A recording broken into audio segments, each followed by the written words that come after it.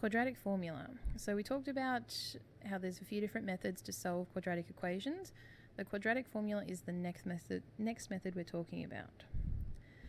Okay, and this is the quadratic formula. He looks ugly, but he's actually so lovely. And he is on your cheat sheet. So you don't have to remember him, you just need to know where he is. Okay, so this is finding your x values. So with our other quadratics so far, we found, like x plus 1, x plus 2 equals 0, and then we got to our x values.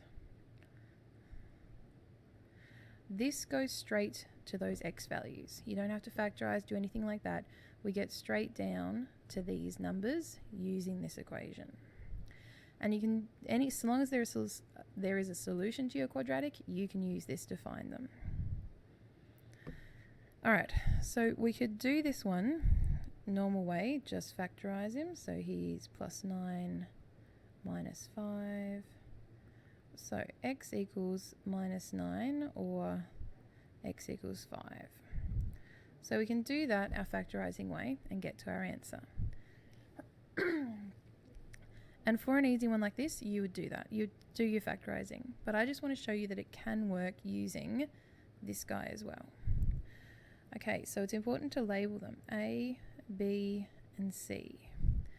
Okay, the letters represent just the numbers. The x, I don't care about it anymore. I just want the number attached to my x's.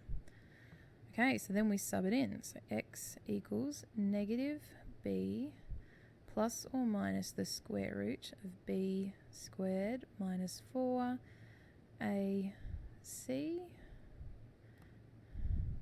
On to a. Don't forget, if you haven't got a number, it's actually a 1. Alright, next step, we want to simplify him. So, negative 4 plus or minus the square root of 16 minus, so minus 4 times 1 times negative 45 gets me 196. Oh, no, not 196.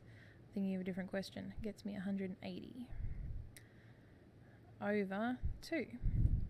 Okay, you'll notice I used brackets in the first line around all of my terms. I think that's really important, so you don't forget that things like that minus need to be multiplied, not actually subtracted.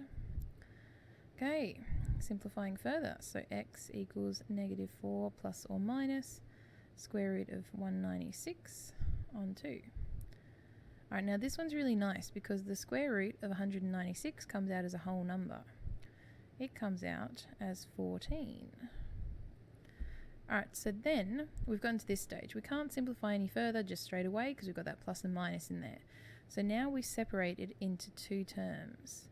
So negative 4 plus 14 on 2, or x equals negative 4 minus 14 on 2.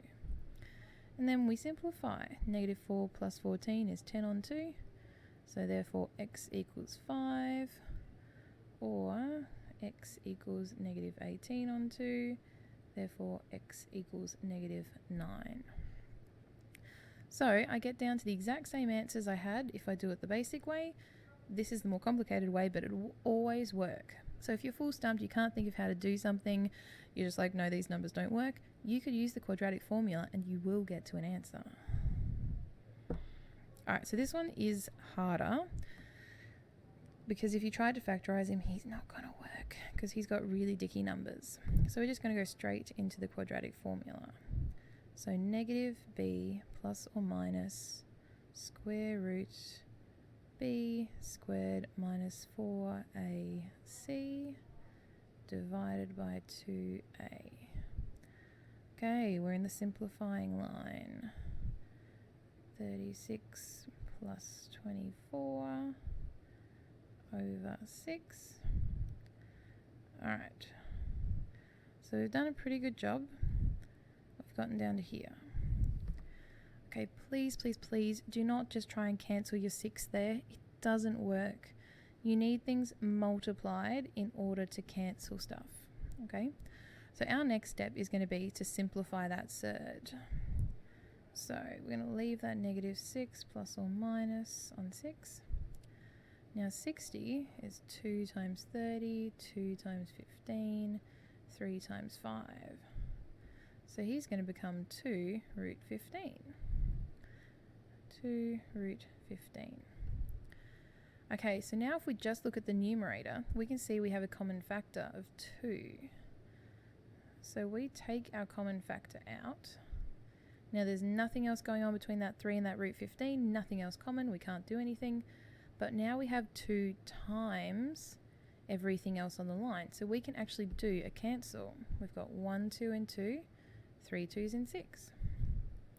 So x equals 3 plus or minus square root of 15 on 3.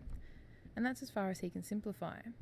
But then we state our x value. So x equals 3 plus root 15 on 3, or x equals 3 minus root 15 on 3. And that's your answer. As I said, that's not something you're going to get by factorizing, but it's something you can get by using the quadratic formula. Chapter 3H, page 115, questions 1 to 3.